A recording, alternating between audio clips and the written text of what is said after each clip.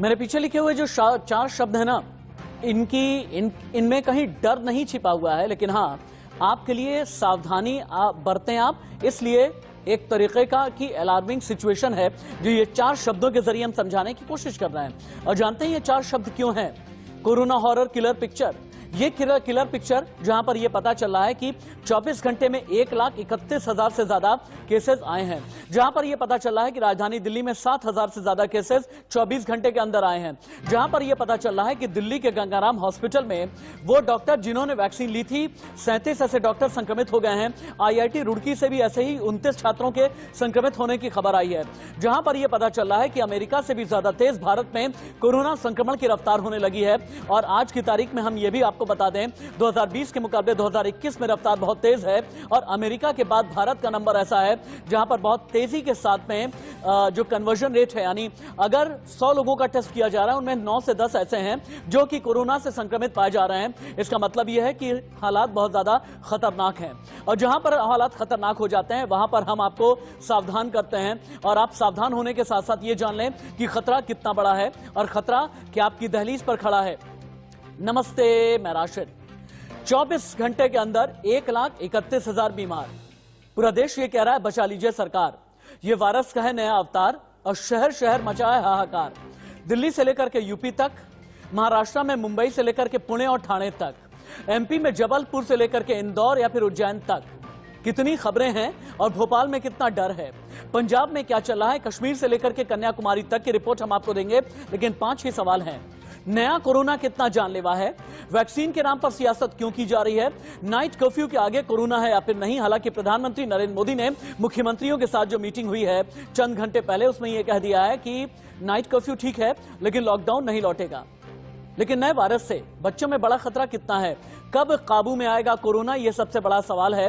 Vaccination की रफ्तार कितनी ज्यादा तेज है और देश में वैक्सीन का स्टॉक कितना बचा है, पाइपलाइन में कितना स्टॉक है। क्यों ये कहा जा रहा है कि अगले 5 से 6 दिन का स्टॉक ही भारत में वैक्सीन का बचा है। अगर ये बात है, अगर ये बात सच्ची है, तो फिर आप ये मान लीजिए कि आगे आने वाले दिनों में खतरा और भी ज्यादा बढ़ सकता है, क्योंकि 5 से 6 दिन के बाद हम वैक्सीनेशन को लेकर के क्या करेंगे।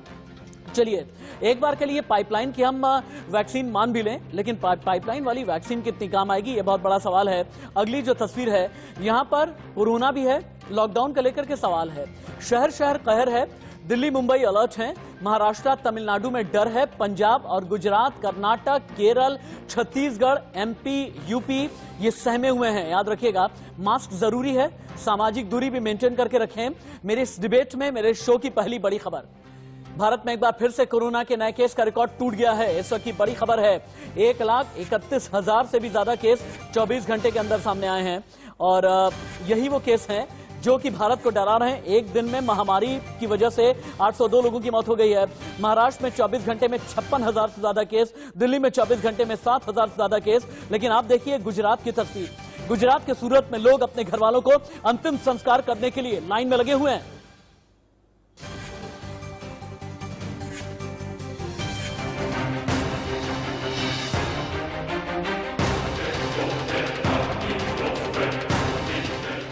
हालात इतनी जल्दी यहाँ तक पहुँच जाएंगे ये भला किसने सोचा था। लेकिन सूरत में हालात ये हैं कि कोरोना से जिनकी मौत हो गई उन्हें शमशान में भी आसानी से जगह नहीं मिल रही। देर रात तक यहाँ पे जो शव है उनको लाया जा रहा है और उनको अंतिम विधि की जा रही है। लेकिन जिस तरह से वेटिंग बताई जा रही है उसको लेकर करीबन रोज 10 से 20 जो अंतिम विधि जो बॉडी है उनको अंतिम संस्कार कराने में 3 से 4 घंटे का वक्त लग रहा है, जिसको लेकर रात भर यहाँ पे अंतिम विधि की प्रक्रिया की जा रही है। 3 महीने पहले ही नए साल के साथ वैक्सीन आने पर लोगों में खुशी की लहर थी। कोरोना से लड़ने की दवा मिल गई तो जैसे आजाद घूमने की छूट भी मिल गई।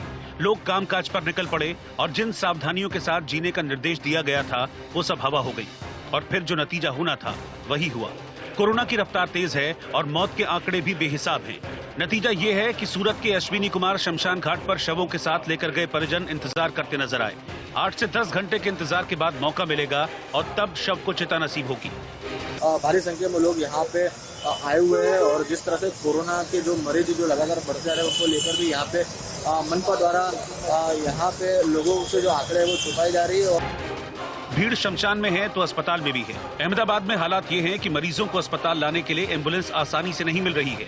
कुछ अस्पताल प्रशासन की नाकामी है तो कुछ मरीजों की तादाद भी जिम्मेदार है। दिन के मुकाबले रात में मरीज ज्यादा आ रहे हैं, लेकिन इलाज के लिए अस्पताल आने में इंतजार भी लंबा करना पड़ रहा है। ऐसी हालत में ऐसी तस्वीर सामने आए तो भला हैरानी की क्या बात है। गुजरात के ही भावनगर के सरकारी अस्पताल में मरीज भर्ती होने के इंतजार में नजर आए।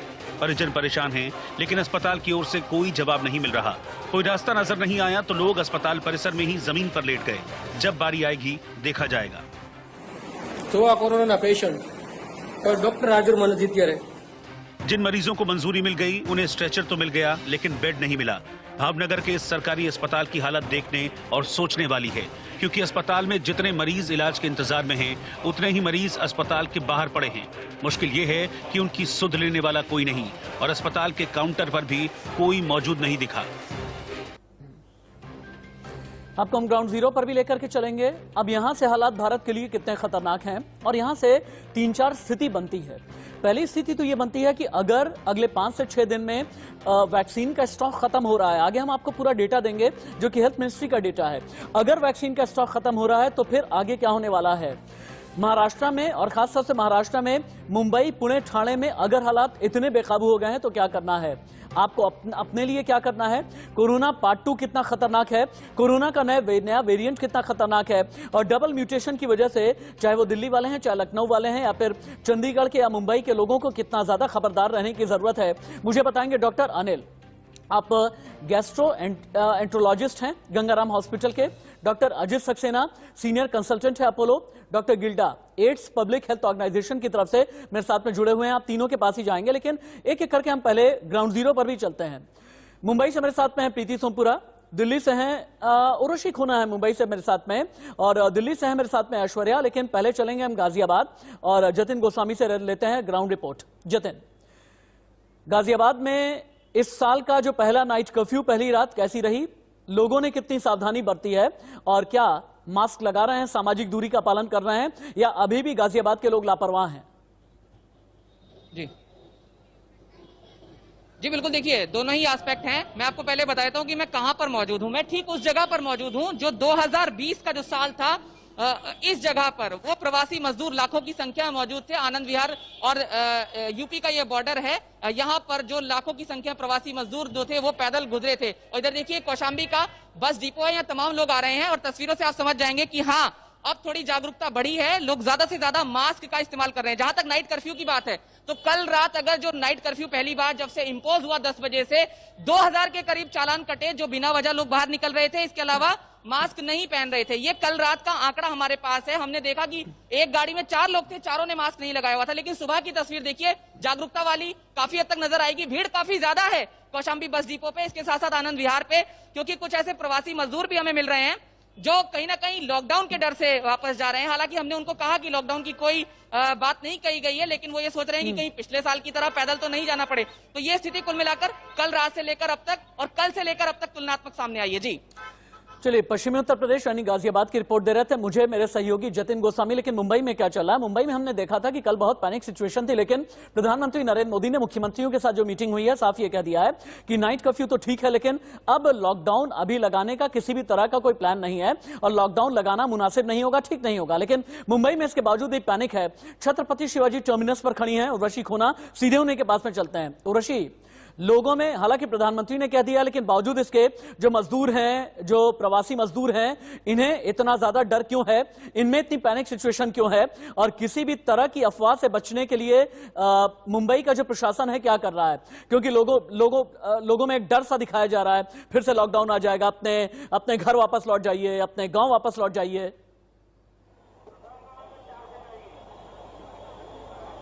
बिल्कुल बिल्कुल, और ये सीधी तस्वीर है आपको लोकमान्य तिलक टर्मिनस से, जहां पे पिछले 3 दिनों से लगातार हम देख रहे हैं कि ये क्यूज देखिए आप, लाइन कितनी बड़ी कतार है। सारे लोग अपने लगेजेस को पैक कर घर की तरफ जा रहे हैं, अपने होम टाउन की तरफ जा रहे हैं। इन सब में कहीं ना कहीं डर है। आज रेलवेज की ओर से बात बाहर आई है कि रूमर्स को बिलीव ना करें, पर फिर भी जो है शायद कहीं ना कहीं एक एंजाइटी है लोगों में, जिसके चलते लोग अपने लगेजेस को पैक कर जो है घर की तरफ निकल रहे हैं। आइए इन लोगों से कुछ बात करते हैं और जानते हैं। सर, आप लोग किधर के लिए निकल रहे हैं, किधर की तरफ जा रहे हैं? हम लोग बिहार के तरफ जा रहे हैं। मुझे ये बताएं कि लॉकडाउन के दर से जा रहे हैं आप? जी जी। बट लॉकडाउन नहीं है, ये मुख्यमंत्री ने यहाँ पे कहा है, महाराष्ट्र राज्य के बार बार ये बताया जा रहा है, फिर भी आपको किस चीज का डर है? हमारे पास काम धंधा नहीं है। आप बताएं। काम धाम पूरा बंद है। हाँ बोलिए। हाँ, सबको तो यही बात है, जो काम धंधा नहीं है, जो यानी कि जो वर्क करना चाहते हैं उसका कोई काम धंधा नहीं होता है, तो क्या इधर में बैठ के टाइम पास करने से अच्छा है गाँव चल जाओ। किस चीज का कामकाज करते हैं आप? हम तो सैलून का काम करते हैं, नाई का काम करते हैं, सैलून चलाते हैं। धारावी से आए? हाँ। मुझे ये बताइए, लेबरर्स का कामकाज तो अलाउ किया है, ये जो लॉकडाउन सैलून खोलने का अलाउ नहीं दिया है। सैलून? हाँ, सैलून खोलने का अच्छा, अलाउ। आप सैलून में काम करते हैं, ओके। आप किस तरफ जा रहे हैं? आपने भी बहुत बड़ा ऐसा लगेज पैक कर दिया है? नहीं, हमारा टिकट था 9 अप्रैल का, इसके लिए हम जा रहे हैं। पहले से ये टिकट फिक्स था? पहले बुकिंग का टिकट। सर ये बताएं, आप लोग सब किस तरफ जा रहे हैं? बस गाँव के काम नहीं चल रहा है तो खाने का नहीं तो क्या किया जाए। इधर कुछ खाने का नहीं है तो क्या किया जाए, काम नहीं चल रहा है। ठीक है, किधर से आए हैं? उर्वशी आपके पास दोबारा लौट करके आते हैं। हम एक ही बात कहना चाहेंगे पूरे भारत में कि किसी भी तरह की अफवाह पर यकीन न करें। आगे बढ़े उससे पहले दिल्ली की एक बड़ी खबर आ रही है, उसके बाद ऐश्वर्या के पास में जाएंगे। दिल्ली में गंगाराम के 37 डॉक्टर पॉजिटिव हो गए हैं। सभी डॉक्टर्स ने कोरोना की वैक्सीन ली थी। IIT रुड़की में 89 छात्र कोरोना पॉजिटिव हैं। एम्स में OPD को बंद करने का फैसला किया गया है। एम्स में जनरल ऑपरेशन थिएटर भी अगले आदेश तक बंद किए गए हैं। ये अभी की बड़ी खबर है। सीधे ऐश्वर्या का रुख कर लेते हैं। ऐश्वर्या, दिल्ली में पिछले 24 घंटे के अंदर कोरोना के 7,437 केसेस नए सामने आए हैं। 24 घंटे के अंदर दिल्ली में 42 की मौत हुई है। नए आंकड़े सामने आने के बाद दिल्ली में एक्टिव केस की संख्या है 23,181।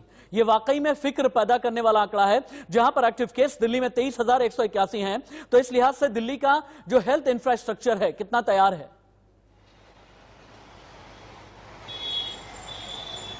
देखिए, जो पॉजिटिविटी रेट थी वो एक हफ्ते पहले 1% से 2% के बीच में थी। 8.10% पर पॉजिटिविटी रेट दिल्ली की पहुंच गई है, जो बाकी में बहुत गंभीर है।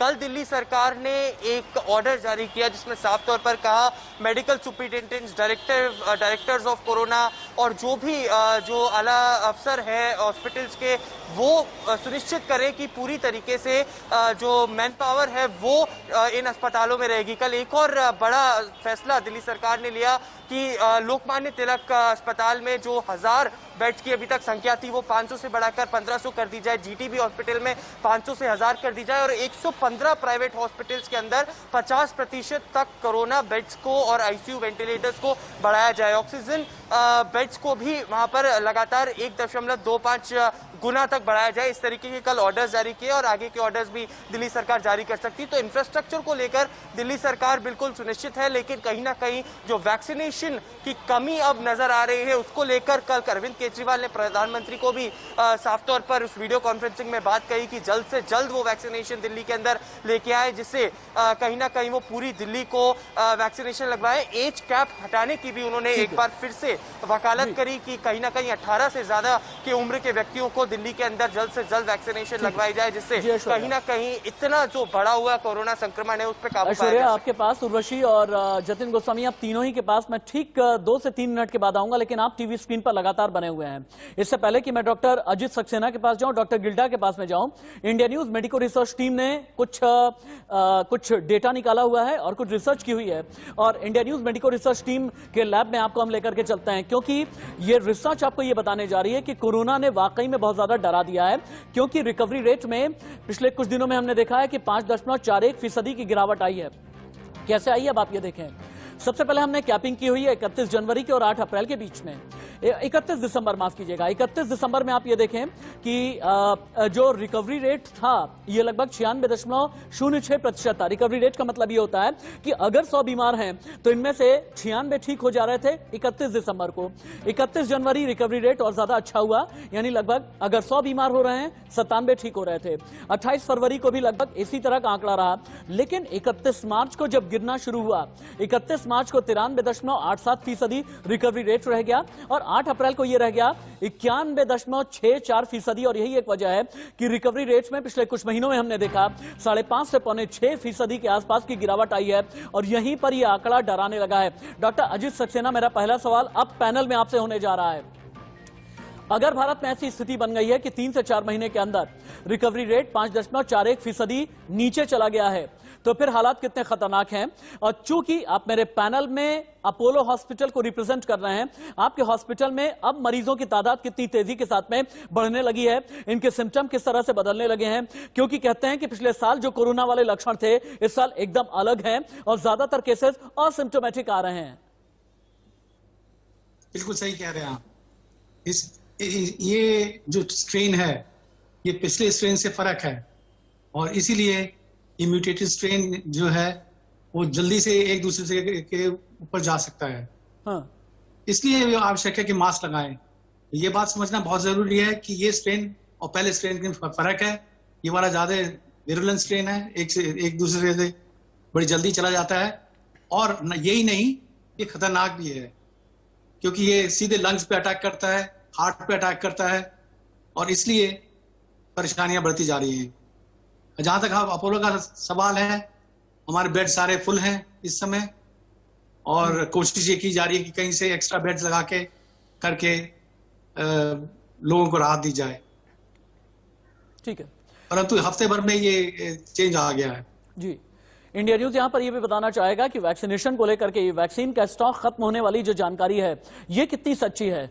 वैक्सीन का स्टॉक अगर खत्म हो गया है तो आपके राज्य का आंकड़ा क्या कहता है, याद रखिएगा। ठीक 10 मिनट के बाद में इंडिया न्यूज बड़ा खुलासा करने जा रहा है। इससे पहले कि मैं डॉक्टर गिल्डा के पास में चलूं, एक बार फिर से आपको मेडिको रिसर्च लैब में लेकर के चलते हैं, जहां पर कुछ और भी चीजें आप देखेंगे कि 3 हफ्ते में केसेस बढ़े हैं 276%। 3 हफ्ते में मौत का आंकड़ा कितना बढ़ा है और केस कितने बढ़े हैं अब आप देखें। 1 से 7 अप्रैल केस थे लगभग 6,23,000, मौत का आंकड़ा था 3,464। 25 से 31 मार्च केस 3,74,000 और मौत का आंकड़ा 1,977। 18 से 24 मार्च केस 2,73,000, मौत का आंकड़ा 1,320। 11 से 17 मार्च केस 1,65,000 और मौत का आंकड़ा 907। अब यहां से बदलते हैं और अगली एक और बड़ी खबर आपको दिखाते हैं।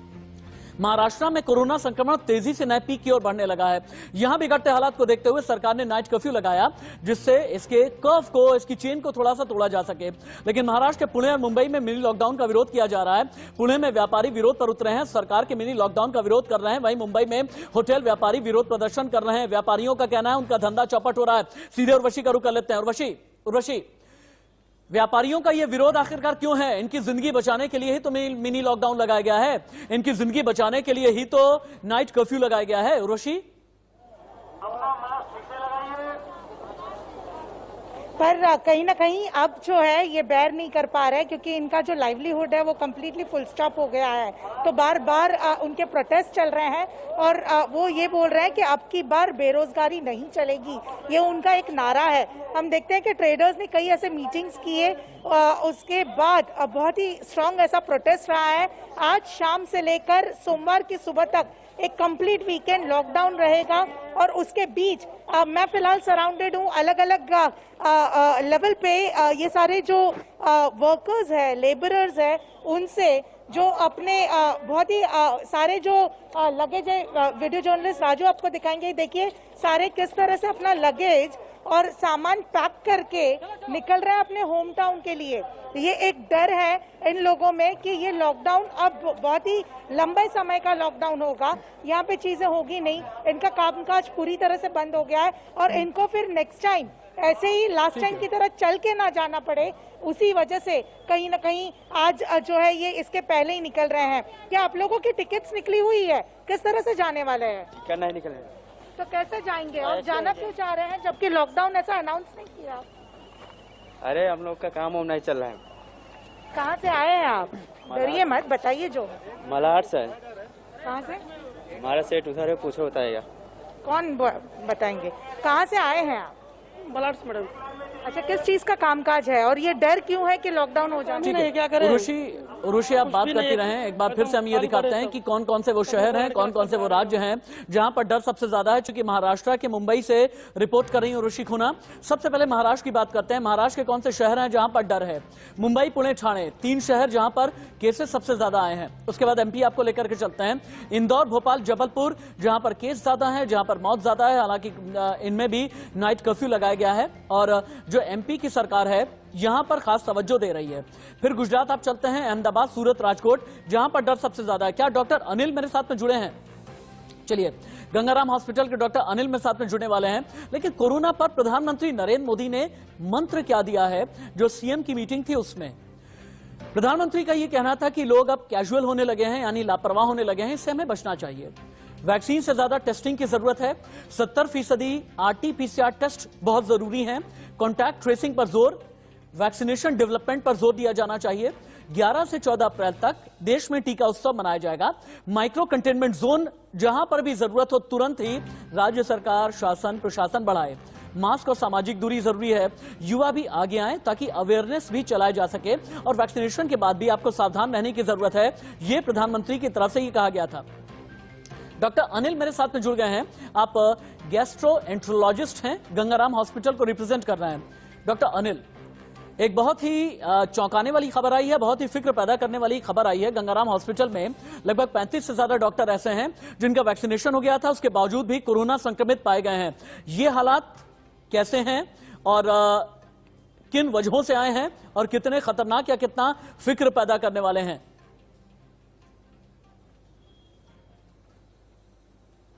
हेलो डॉक्टर अनिल, आप मुझे सुन पा रहे हैं? आप मेरे को सुन पा रहे हैं? जी जी, आपको सुन पा रहा हूं।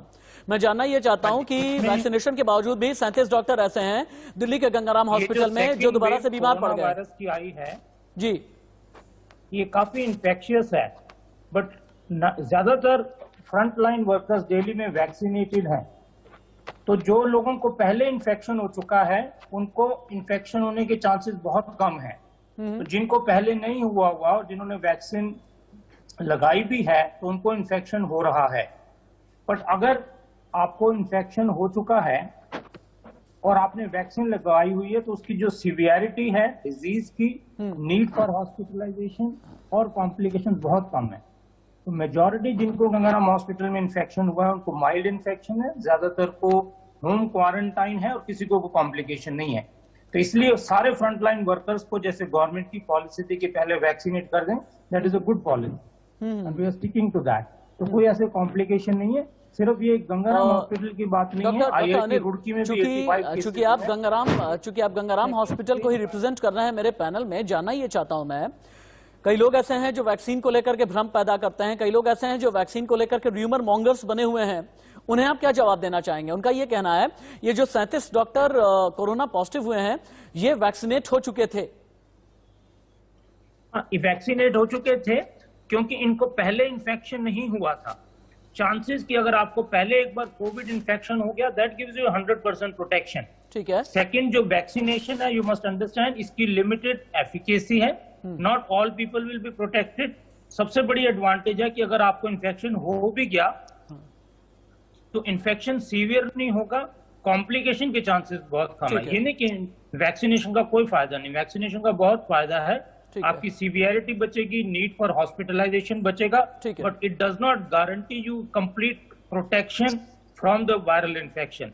Second strain of the virus and second wave is more infectious. आपके इन्फेक्शन होने के चांसेस ज्यादा हैं, but you can still stay at home, have quarantine and take simple medicine. इसमें रिस्क बहुत कम है, तो वैक्सीन लगाना जरूरी है। क्योंकि सर आप गैस्ट्रोएंट्रोलॉजिस्ट हैं, इसलिए मैं आपसे कुछ सवाल आगे भी करूंगा, क्योंकि अब नए जो सिम्टम्स आ रहे हैं ना, उनमें ये कहा जा रहा है कि जो पिछले साल वाला कोरोना था सीधे लंग्स पर अटैक करता था, सांस की नली पर अटैक करता था, लेकिन अब ये कहा जा रहा है कि पेट से जुड़ी हुई बीमारियां या पेट से जुड़े हुए कई ऐसे लक्षण सामने आ रहे हैं जो कि कोरोना के नए म्यूटेंट के सिम्टम्स के तौर पर कई डॉक्टर देखते हैं। लेकिन महाराष्ट्र को लेकर के मेडिको रिसर्च टीम ने क्या तैयारी की है, एक बार फिर से आपको हम मेडिको रिसर्च लैब लेकर के चलेंगे। अब तक कुल कितने टेस्ट हुए हैं, कुल मौत कितनी है, कुल पॉजिटिव केस कितने हैं और 24 घंटे में केस कितने आ चुके हैं, अब ये आंकड़ा आपको बताएगा। महाराष्ट्र का ये आंकड़ा है 2,11,48,736 अब तक कुल टेस्ट हो चुके हैं महाराष्ट्र के अंदर। कुल मौत महाराष्ट्र में 55,652 हुई है। कुल पॉजिटिव केस जो सामने आए हैं अभी तक 31,73,261 हैं। 24 घंटे के अंदर जो केस आ रहे हैं लगभग 56 से 57,000 के बीच आ रहे हैं, यानी महाराष्ट्र का कुल ये आंकड़ा है। लेकिन कोरोना केस में तेजी क्यों? महाराष्ट्र में कोरोना विस्फोट हुआ कैसे? वायरस म्यूटेट हो रहा है, नए वेरिएंट सामने आए हैं, यूके ब्राजील के स्ट्रेन गंभीर हैं, नए स्ट्रेन तेजी के साथ में फैले हैं। 18 राज्यों में कोरोना के खतरनाक वेरिएंट्स मिले हैं। महाराष्ट्र में डबल म्यूटेंट स्ट्रेन सबसे खतरनाक है। महाराष्ट्र के वायरस में 2 जगह पर बदलाव हुए हैं। महाराष्ट्र वाले वायरस में ट्रांसमिशन क्षमता बढ़ी है। मास्क, सोशल डिस्टेंसिंग, सैनिटाइजर कम किए गए हैं और यही एक वजह है, ये कुल मिला जुला कर के वजह हैं जिस वजह से महाराष्ट्र में कोरोना बम फूटा है, जिस वजह से मुंबई में कोरोना विस्फोट हुआ है, पुणे और ठाणे में केसेस बढ़े हैं। डॉक्टर गिल्डा के पास में हम चलते हैं। डॉक्टर गिल्डा, क्या हमारी जो वैक्सीन है ये हाइब्रिड कोरोना के खिलाफ भी लड़ाई लड़ लेती है? क्या हमारी जो वैक्सीन है कोरोना के डबल म्यूटेशन के खिलाफ भी तैयार है, या फिर अभी वैक्सीन में भी जो और मॉडिफिकेशंस हो रहे हैं, वैक्सीन में भी जो और डेवलपमेंट हो रहे हैं, कुछ और भी नए टीके आने वाले हैं, वो ज्यादा कारगर होंगे? आपने इतने ज्यादा सवाल खड़े कर दिए कि बहुत कम समय में इतने सब सवालों का जवाब देना बड़ा मुश्किल है। लेकिन एक याद रखिए, नए म्यूटेंट के खिलाफ भी वैक्सीन काम कर रहा है। वैक्सीन के होते हुए भी सेकंड सर्ज ऐसे ही चलेगा, क्योंकि वैक्सीन की वजह से सेकंड सर्ज में कोई रुकावट नहीं आएगी, थर्ड सर्ज में रुकावट आएगी। लोगों को क्या लगता है कि यहाँ पे सुई लग गई तो कल प्रोटेक्शन मिल गया, सुई लगने के बाद, दूसरी सुई लगने के बाद 2 हफ्ते से प्रोटेक्शन मिलता है। इसका मतलब वैक्सीन के 2.5-3 महीने बाद इसका प्रभाव आएगा। दूसरी बात यह है कि जो ग्राफ ऊपर जा रहा है महाराष्ट्र में नहीं जा रहा है, पूरे इंडिया में जा रहा है। हमारे लोग समझ नहीं पा रहे, महाराष्ट्र के आंकड़े बड़े दिख रहे हैं, लेकिन परसेंटेज जो प्रमाण में महाराष्ट्र में बढ़ रहा है, पिछले 25 दिन में महाराष्ट्र में 4 गुना केसेस बढ़े हैं और पिछले 25 दिन में यूपी में और बिहार में 50 गुना और 40 गुना केस बढ़े, 40 गुना 50 गुना, 5000% ज्यादा। जो समझ नहीं रहे कि 10 मार्च को बिहार में 44 केसेस थे, कल 2000 केसेस थे। 10 मार्च को यूपी में 121 केसेस थे, कल 6000, 7000, 8000 केसेस है कल। तो यू कैन इमेजिन कि सब जगह बढ़ रहा है। ये एक फ्लाइट के जगह, फ्लाइट में टेक ऑफ को टाइम कम लगता है और लैंडिंग को टाइम ज्यादा लगता है। ठीक है, तो हम टेक ऑफ में पीक पे आए नहीं है, पीक कब आएगा पता नहीं, तो जल्दी आएगा महाराष्ट्र में, तो का पीक चलते रहेगा इंडिया में। ठीक है डॉक्टर साहब, आगे बढ़ते हुए मैं हेडलाइंस लूं, लेकिन उससे पहले यह जानना जरूरी है कि कोरोना ने देश को कंफ्यूज कितना कर दिया है। अमेरिका के बाद भारत में ये कंफ्यूजन पैदा करने वाला कोरोना के लक्षण क्यों इतने ज्यादा आ रहे हैं? क्या है ना, ज्यादातर नए केसों में लक्षण है ही नहीं, कुछ केस में माइल्ड से मॉडरेट लक्षण हैं, कुछ केस में इन्फेक्शन की गंभीरता दिखी है और गंभीर बीमारी वालों में इन्फेक्शन घातक है। कहीं लक्षण है, कहीं पर किसी भी तरह का कोई लक्षण नहीं है। लेकिन केंद्रीय स्वास्थ्य मंत्रालय को आखिरकार यह क्यों कहना पड़ा कि देश में 5.5 दिन की ही वैक्सीन बची है? महाराष्ट्र में, यूपी में, गुजरात में, ओडिशा में, एमपी में वैक्सीनेशन कितने लोगों का हो सकता है? वैक्सीन का स्टॉक आखिरकार क्यों खत्म हो गया है? पाइपलाइन में जितनी डोज है या फिर बफर जितनी भी डोज है वो कितनी है? क्या वाकई में आपके शहर के लिए वैक्सीन का स्टॉक खत्म हो गया है या महज ये अफवाह है? सच कितना है? बहुत बड़ा खुलासा हम करने जा रहे हैं आगे, लेकिन उससे पहले headlines. Corona horror killer picture इस वक्त की बड़ी खबर कोरोना वैक्सीन पर बहुत बड़ी खबर है। सिर्फ 5 दिन के लिए बचा है वैक्सीन का स्टॉक। स्वास्थ्य मंत्रालय के डेटा से यह बड़ी जानकारी मिली है। आंध्र बिहार में 2 दिन से भी कम का स्टॉक बचा है। महाराष्ट्र ने पहले ही वैक्सीन कम होने का दावा किया था। यह बहुत बड़ी खबर है, कई मायनों में खास है। India news medico research team ने कुछ रिसर्च निकाली है आपके लिए, कुछ आंकड़े हैं, कुछ डेटा है जो आपकी जिंदगी से सरोकार रखता है। क्या आपके लिए वैक्सीन देश में बची है? आपके राज्य में वैक्सीन का क्या हाल है? आपके जिले में वैक्सीन मीटर क्या कहता है? लेकर के चलते हैं आपको मेडिको रिसर्च लैब। कैसे जीतेंगे कोरोना से जंग? 5.5 दिन के बाद वैक्सीन का स्टॉक खत्म, क्यों हम ये कह रहे हैं? देखिए, हेल्थ मिनिस्ट्री का एक डेटा है। डेटा ये कहता है कि 5.5 दिन की वैक्सीन देश में बची है। आंध्र प्रदेश, बिहार में तो 2 दिन से भी कम का वैक्सीन का स्टॉक है। ओडिशा जैसे राज्य में बड़ी मुश्किल से 4 दिन का स्टॉक है। अप्रैल में रोजाना वैक्सीनेशन की दर 3.6 मिलियन डोज रही। इस हिसाब से वैक्सीन का टोटल स्टॉक कितना बनता है? 19.6 मिलियन डोज का। 19.6 मिलियन डोज अगले 5.5 दिन तक ही चल पाएगा। पाइपलाइन में मौजूद डोज से 1 और हफ्ता चलेगा काम, यानी अगर आप ये कहें कि 12 से 13 दिन ज्यादा से ज्यादा अगर वैक्सीन का प्रोडक्शन नहीं हुआ तो। इसीलिए हम ये कह रहे हैं। और दिल्ली में गंगाराम के 37 डॉक्टर पॉजिटिव हो गए हैं। सभी डॉक्टर्स ने कोरोना की वैक्सीन ली थी। IIT रुड़की में 89 छात्र कोरोना पॉजिटिव हैं। एम्स में ओपीडी को बंद करने का फैसला किया गया है। लेकिन हाँ, जैसा मैं स्टॉक की बात कर रहा था, वैक्सीन स्टॉक की मैं बात कर रहा था, तो ऐसे में देश के अलग अलग राज्यों के 5 जो हेल्थ मिनिस्टर हैं वैक्सीन स्टॉक को लेकर के किस तरह की शिकायत कर रहे हैं, एक बार देखिए। दिल्ली में वैक्सीनेशन ठीक चल रहा है। कुछ वैक्सीन कल मिली है हमारे को, और वैक्सीनेशन की अभी हमारे पास 4-5 दिन का स्टॉक है। तो हमारे को मिलके लड़ना चाहिए। अब केंद्र सरकार आरोप लगा रही है कि दिल्ली के अंदर हेल्थ केयर वर्कर्स की वैक्सीनेशन कम हुई। अब कहने को तो हम भी कह सकते हैं कि केंद्र सरकार के जो हॉस्पिटल्स हैं उन्हीं में कम हुई, उसकी वजह से कम हुआ। वहां तो 30% हुई है, 40% हुई है, तो उसकी वजह से सारी परसेंटेज कम हुई ना। दुर्भाग्यजनक बयान है।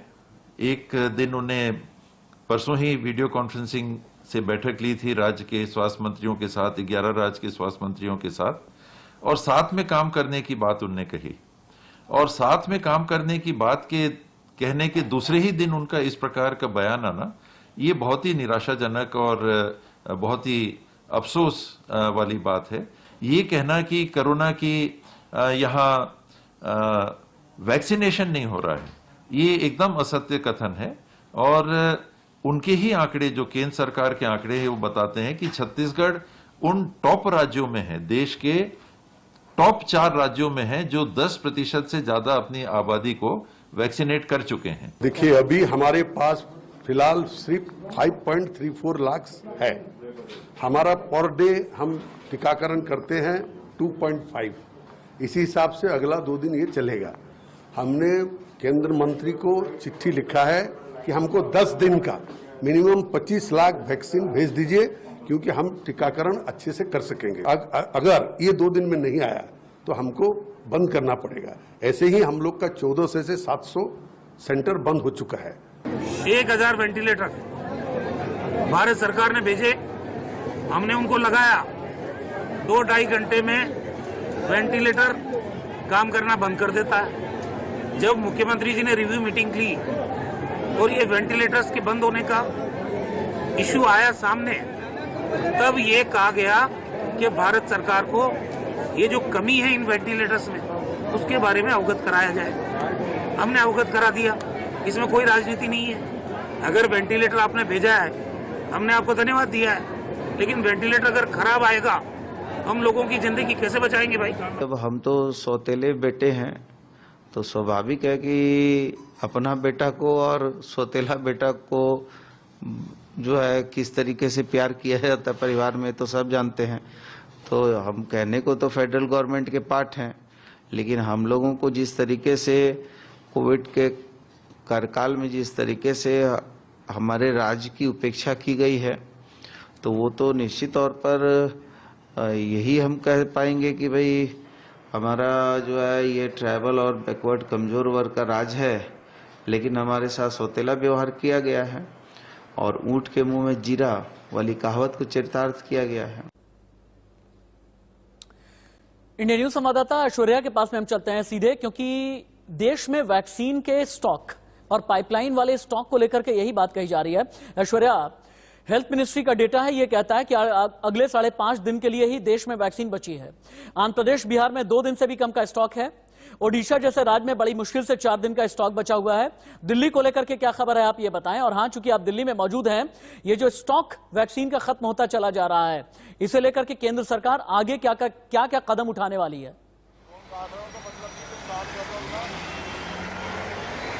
देखिए, 3 से 4 दिन का स्टॉक दिल्ली के पास अभी वैक्सीनेशन का है, क्योंकि 24/7 ड्राइव वैक्सीनेशन की पूरे दिल्ली के अंदर चल रही है। लोग वैक्सीनेशन सेंटर्स पर जाकर वैक्सीन लगवा सकते हैं। बड़ा हमला किया है कांग्रेस के नेता राहुल गांधी ने, ट्वीट करके उन्होंने साफ तौर पर कहा है कि इस वक्त जब देश कोरोना से जूझ रहा है, तो प्रधानमंत्री एक उत्सव क्यों मना रहे हैं। उन्होंने कहा है कि बाहर के देशों को वैक्सीनेशन क्यों भेज रहे हैं, जब घर में ही हमारे यहाँ वैक्सीनेशन की कमी अब महसूस होने लगी है। सभी राज्यों को एक तरीके से केंद्र सरकार को देखना चाहिए। तो एक बड़ा हमला वैक्सीनेशन पे कहीं ना कहीं आज राहुल गांधी ने किया है, क्योंकि लगातार कल भी जिस तरीके से प्रधानमंत्री की अलग अलग राज्यों के मुख्यमंत्रियों के साथ बैठक हुई, उसमें उन्होंने साफ तौर पर कहा कि वैक्सीनेशन को जल्द से जल्द उपलब्ध कराया जाए। को लेकर के क्या खबर है गाजियाबाद की? एक बात जतिन से पूछ लेते हैं। जतिन, वैक्सीन स्टॉक खत्म होने लगा है, गाजियाबाद की खबर क्या है?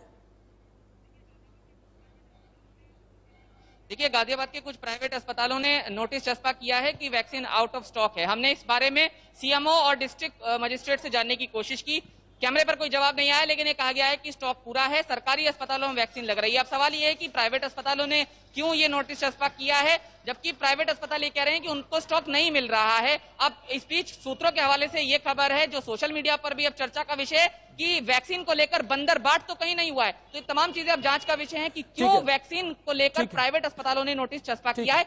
एक अस्पताल का हमने जायजा भी लिया है। जी ठीक है, जिस अस्पताल का आपने जायजा लिया है आगे हम दिखाएंगे।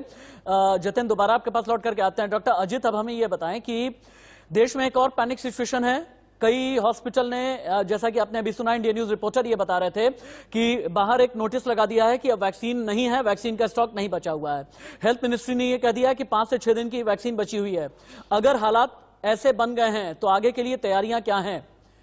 क्योंकि प्रधानमंत्री ने यह कहा है वैक्सीनेशन भी बढ़े, टेस्टिंग भी बढ़े, वैक्सीनेशन के जरिए ही देश में कोरोना की चेन टूटेगी। लेकिन जब वैक्सीन की कमी हो जाएगी तो क्या होगा?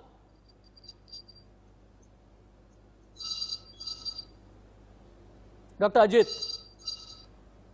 हाँ, देखिए, पहले तो हम सब लोग ये कह रहे हैं कि सरकार कह रही है कि वैक्सीन 5 दिन बचा है, सरकार कुछ नहीं कर रही।